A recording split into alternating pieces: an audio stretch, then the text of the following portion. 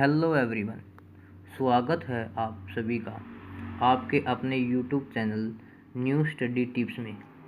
आज हम आपको बीकॉम फर्स्ट सेमेस्टर की फाइनेंशियल अकाउंटिंग के पहले चैप्टर लेखांकन का अर्थ एवं क्षेत्र का अध्ययन करेंगे। इस चैप्टर के अंतर्गत हम यह अध्ययन करेंगे कि लेखांकन की आवश्यकता क्यों होती है, लेखांकन का अर्थ, लेखांकन की परिभाषा, लेखांकन की विशेषताएं, इन सभी के बारे में डिस्कस करेंगे। लेखांकन की आवश्यकताएं। कोई व्यक्ति चाहे वह कितना भी कुशल क्यों न हो, उसकी श्रवण शक्ति सीमित होती है। एक व्यवसायी भी अपने व्यवसाय के समस्त लेन देनों को याद नहीं रख सकता। अतः व्यवसायी के लिए यह आवश्यक हो जाता है कि वह समस्त लेन देनों को लिखने के लिए उचित लेखा पुस्तकें रखे। प्रत्येक व्यवसायी यह जानना चाहता है कि उसके द्वारा वर्ष के दौरान की गई व्यावसायिक क्रियाओं के फलस्वरूप उसे लाभ हुआ अथवा हानि, वर्ष के अंत में उसे किस किस व्यक्ति से कितना कितना रुपया लेना है तथा किस किस व्यक्ति को कितना कितना रुपया देना है, वर्ष के अंत में व्यवसाय में उसकी कितनी पूंजी लगी है, कितनी राशि उसके द्वारा ऋण के रूप में ली हुई है तथा कौन कौन सी संपत्तियां उसके स्वामित्व में है, वह उनका मूल्य क्या है। यह जानकारी प्राप्त करने के लिए यह आवश्यक है कि व्यवसायी उचित लेखा पुस्तकें रखे तथा प्रत्येक लेन देन को नियमानुसार उनमें लिखे। प्रत्येक लेन देन का नियमानुसार पूर्ण लेखा करने से व्यवसायी यह भी जान सकता है कि वर्ष के दौरान कितना माल क्रय किया गया, कितना विक्रय किया गया और कुल कितने खर्चे हुए। इसके अतिरिक्त इनकम टैक्स और सेल टैक्स का निर्धारण करने के लिए भी लेखा पुस्तक रखना आवश्यक है तथा आवश्यकता पड़ने पर न्यायालय में प्रमाण के रूप में भी इसे प्रस्तुत किया जा सकता है। लेखांकन का अर्थ। लेखांकन व्यावसायिक लेन देनों को इस उद्देश्य से लिखने, वर्गीकृत करने, सारांश बनाने, विश्लेषित करने तथा व्याख्या करने की कला है। लेखांकन के अंतर्गत केवल उन्हीं लेन देनों को लिखा जाता है जिन्हें मुद्रा के रूप में मापा जा सकता है। लेखांकन की परिभाषा अनेक वैज्ञानिकों ने एवं विद्वानों ने अलग अलग दी है। जैसे अमेरिका की सर्टिफाइड पब्लिक अकाउंटेंस संस्था द्वारा दी गई परिभाषा सबसे उपयुक्त है, जो निम्नलिखित है। लेखांकन एक कला है जिसमें वित्तीय लेन देन एवं घटनाओं को प्रभावपूर्ण ढंग से मौद्रिक रूप में लिखने, वर्गीकृत करने तथा संक्षिप्त करने का कार्य किया जाता है और प्राप्त परिणामों का विवेचन किया जाता है। लेखांकन की प्रमुख विशेषताएं।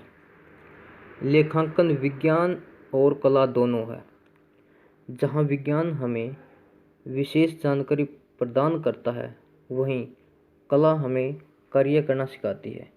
विज्ञान ज्ञान का वह सुव्यवस्थित भंडार है जो निश्चित सिद्धांतों तथा नियमों पर आधारित होता है। लेखांकन भी कुछ निश्चित सिद्धांतों, नियमों तथा पूर्ण निर्धारित लेखांकन प्रमापों पर आधारित है। अतः लेखांकन एक विज्ञान है। कला इच्छित उद्देश्यों को प्रभावपूर्ण ढंग से प्राप्त करने की विधि है। इसी तरह लेखांकन भी व्यवसाय के लेन देनों को लिखने, वर्गीकृत करने, सारांश बनाने, शुद्ध परिणामों की व्याख्या करने तथा उसे व्यवसाय में रुचि रखने वाले पक्षकारों को संप्रेषित करने की कला है। अतः लेखांकन कला और विज्ञान दोनों है। नंबर 2, केवल वित्तीय व्यवहारों की पहचान। लेखांकन की प्रमुख विशेषता यह है कि इसमें केवल ऐसे लेन देनों का लेखा किया जाता है जो मुद्रा के रूप में मापे जा सकते हैं। जैसे 20,000 रुपये का माल क्रय किया, 10,000 रुपये का माल उधार बेचा, 2,000 रुपये का किराया चुकाया, 1,000 रुपये का कमीशन प्राप्त किया, 50,000 रुपये की संपत्ति खरीदी। नंबर 3, मुद्रा के रूप में अभिलेखन। लेखांकन में केवल मौद्रिक व्यवहारों का लेखा किया जाता है। इस व्यवहार को लिखने के लिए भी कुछ निश्चित नियम हैं। व्यवसाय के मौद्रिक व्यवहारों को निश्चित नियमों के अनुसार सर्वप्रथम पुस्तकों में लिखना अभिलेखन करना कहलाता है, यानी कि रिकॉर्डिंग कहलाता है। लेखांकन जिन पुस्तकों में किया जाता है उन्हें प्राइमरी पुस्तक यानी कि बुक ऑफ ओरिजिनल एंट्री कहते हैं। नंबर 4, वर्गीकरण अथवा खाते बनाना। लेन देनों को रोजमर्रा अर्थात सहायक बहियों में लिखने के पश्चात उन्हें छांटा जाता है तथा एक ही प्रकृति के समस्त लेन देनों को एक खाते में लिखा जाता है। समान प्रकृति के लेन देनों को एक खाते में लिखना ही वर्गीकरण कहलाता है। नंबर 5, सारांश निकालना अथवा अंतिम परिणाम याद करना। खाता बही में अलग अलग खाते खोलने के पश्चात एक निश्चित अवधि के अंत में खातों के शेषों से तलपट यानी कि ट्रायल बैलेंस तैयार किया जाता है।